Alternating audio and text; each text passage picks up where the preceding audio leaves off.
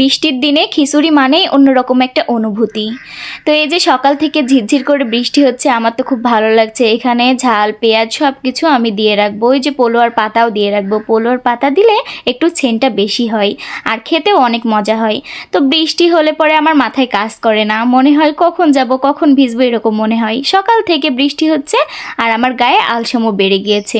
বৃষ্টির দিনে খাবারের কথা শুনলে আমার প্রথমেই মাথায় আসে খিচুড়ির কথা। আমার তো খুব ভালো লাগে খিচুড়ি। কে কে খিচুড়ি খেতে পছন্দ করেন কমেন্ট করবেন। তো এই যে এখানে সব কিছু আমরা একসাথে দিয়ে, এটা সরিষার তেল, খাঁটি সরিষার তেল আমাদের, এতে কোনো ভেজাল নেই। এই সরিষার তেল দিয়ে আমি এখন খিচুড়ি রান্না করব। যে এইভাবে মাখায় নিব, মাখালে পরে সব থেকে বেশি মজা হয়, অনেক মজা হয় এখানে। তারপরে এখানে পানি ঢেলে দিব। এই খিচুড়িকে আপনারা কোথায় কী নামে বলেন কমেন্ট করবেন, কারণ আমাদের এখানে তেলানি বলে, কিন্তু আমার বাবার বাসা রয়েছে এটা খিচুড়িই বলি। এক এক জায়গায় এক এক রকম কথা বলে। এই যে সব কিছু হয়ে যাওয়ার পরে আমি এখন ঢাকনি দিয়ে ঢেকে দিব।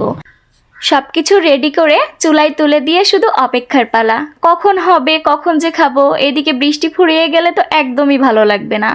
তো এই যে ছাই মাখায় নিয়েছি আমি প্রেশার কুকারে, যাতে কালি না ওঠে।